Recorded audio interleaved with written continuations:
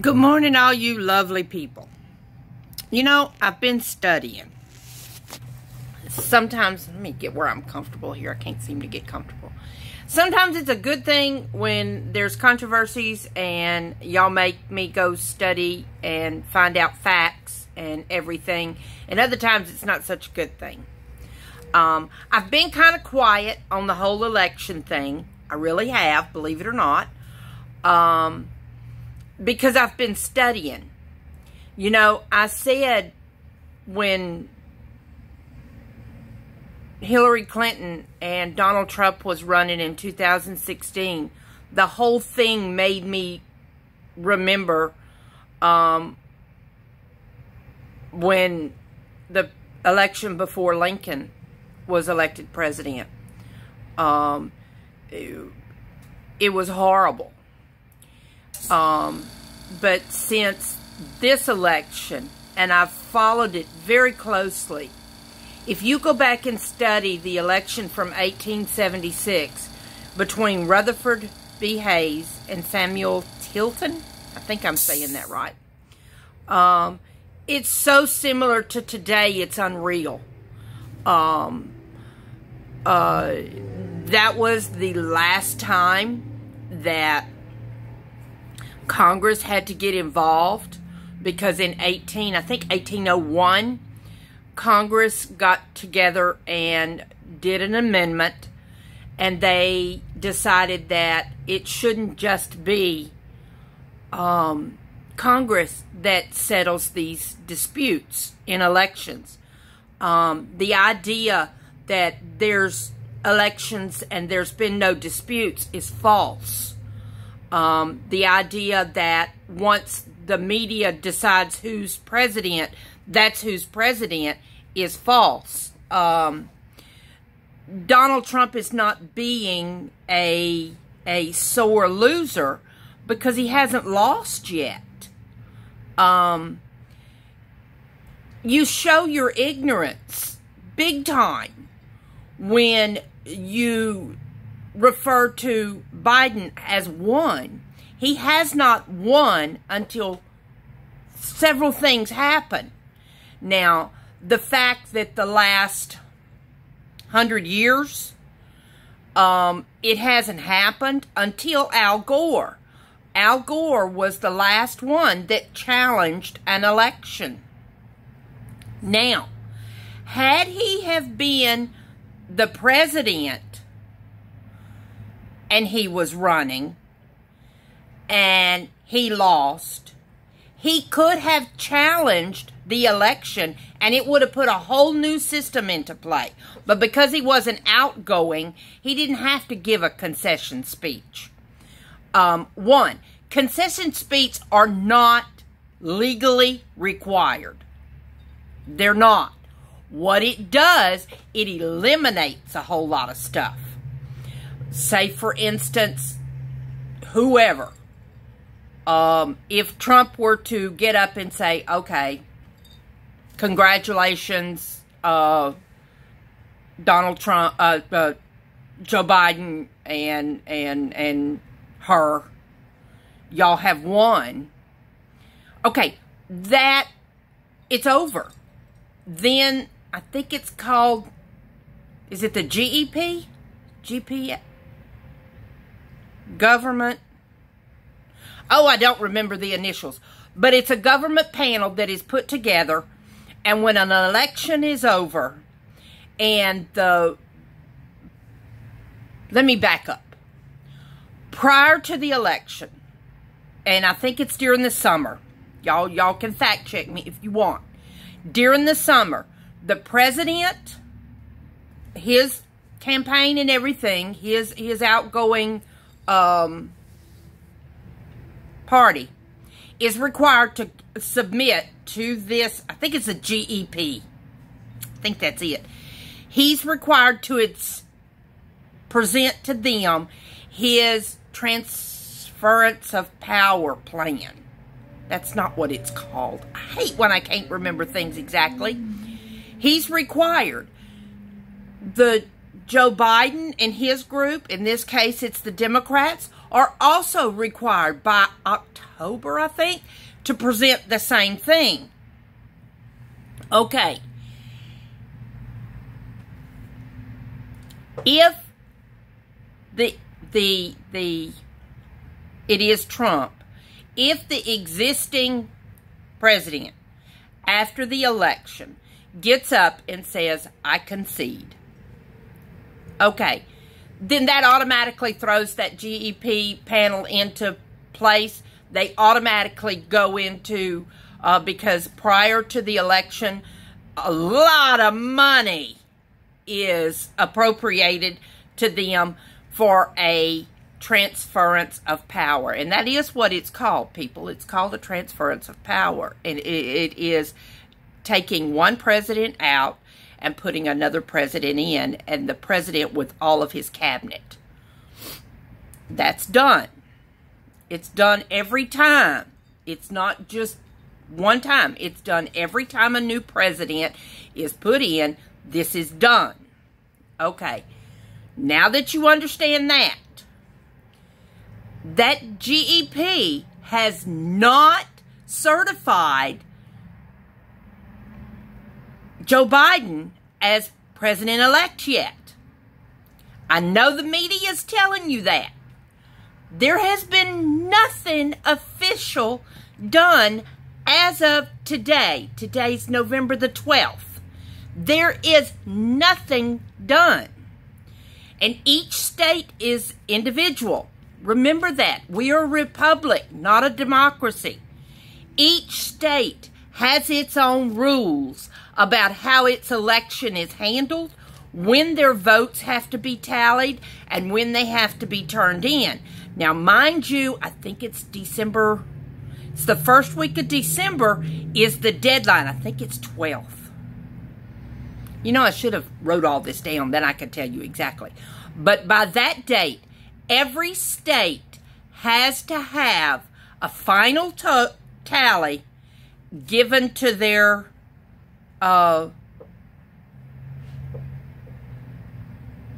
electorals. The what do they call them?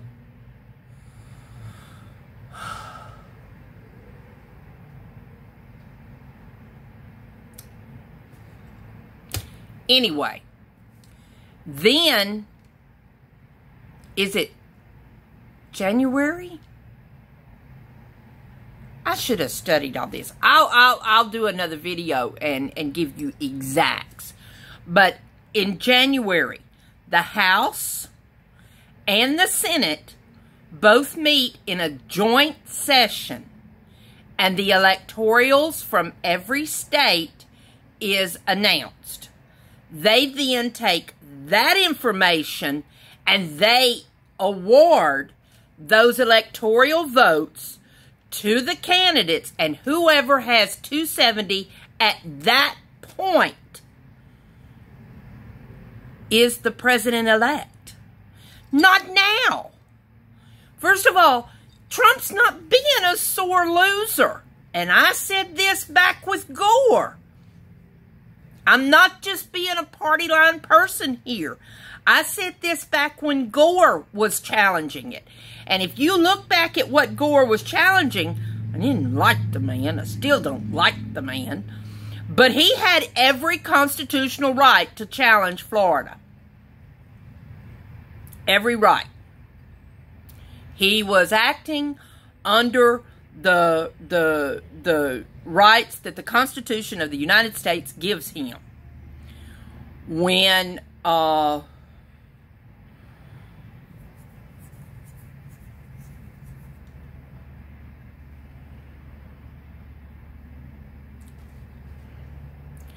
Donald Trump alleges that there's been illegal voting going on, people, all he has to do is have one state that he has proof that over 1% of the vote was irregular. All he needs is one state. And that turns a whole new ball game. All he has to do is prove to the Supreme Court that at least one state, their vote was wrong. That then undermines the whole election. Thank God it's not Florida this time. Poor Florida. They get such a bum rap. But anyway, all he needs is one state. That sets a whole other play into motion. And to tell you, I'm not a conspiracy theorist. I really am not. I don't. But it's getting very hard not to be a conspiracy theorist. For this reason. Have you ever wondered why mainstream media has decided that Donald Trump has lost and that Biden is the president-elect? Have you ever decided why majority of for lack of a better word, system has decided who's won this election, even before it's over?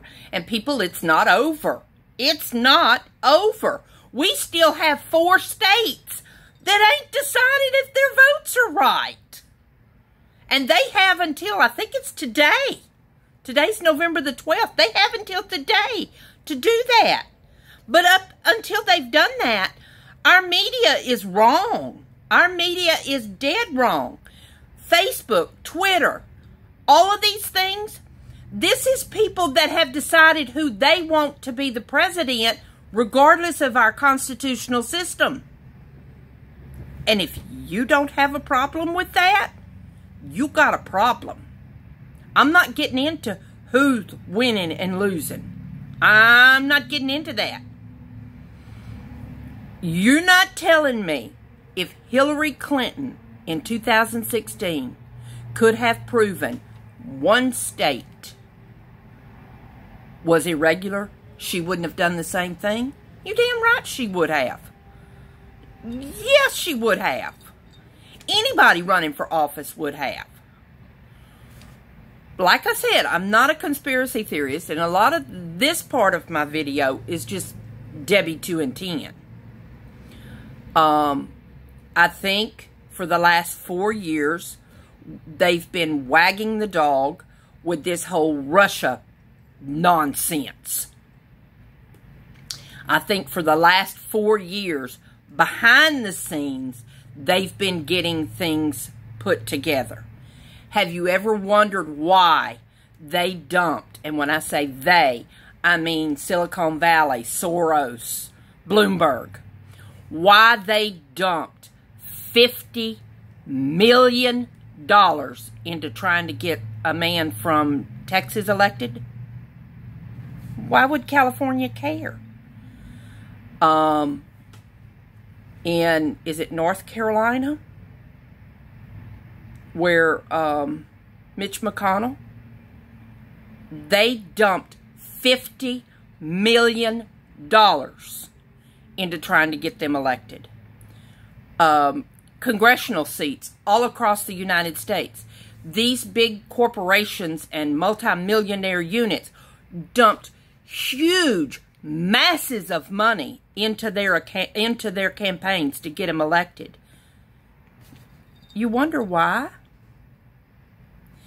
In 2018, they dumped huge amounts of money into these campaigns to get them elected. Have you ever wondered why? It's just a congressional seat. What difference does it make? Let me tell you what difference it makes. Because right now, if Donald Trump decides to challenge this election and he wins a Supreme Court battle, which could very well happen, then it goes, the electoral election is kind of just thrown out the window. It then goes to the floor of the Congress.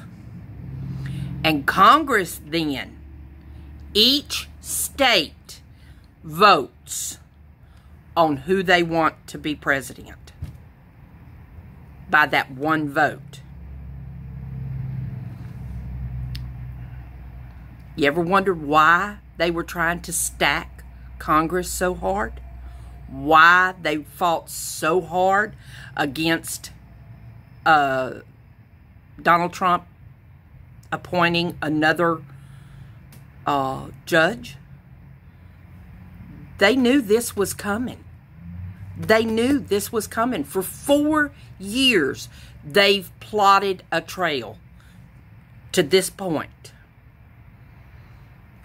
Okay, and all of you are going, oh my God, well, then it's over. Because Congress has a Democratic majority. Not in this case. One vote per state. One vote. In other words, the whole state of California gets one vote. The whole state of Texas gets one vote. The whole state of Michigan gets one vote.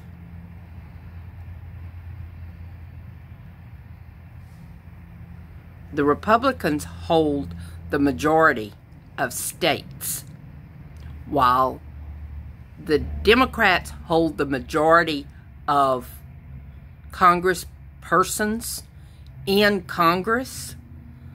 The Republicans hold the majority of the states. In other words, biggest part of the Congress people from California are Democrats. There's a bunch of them, but they only get one vote if it goes to that floor. So, just let our Constitution do what it was meant to do. And you cannot tell a person they cannot use their constitutional rights. You don't have that right. The media does not have that right to tell Donald Trump he cannot use the rights that the Constitution afforded him as an outgoing president. You can't do that. I mean, you make yourself look like a sore loser. I mean, you know, it worked in Rutherford B. Hayes's advantage. However, I think he was one of the worst presidents we've ever had in our history.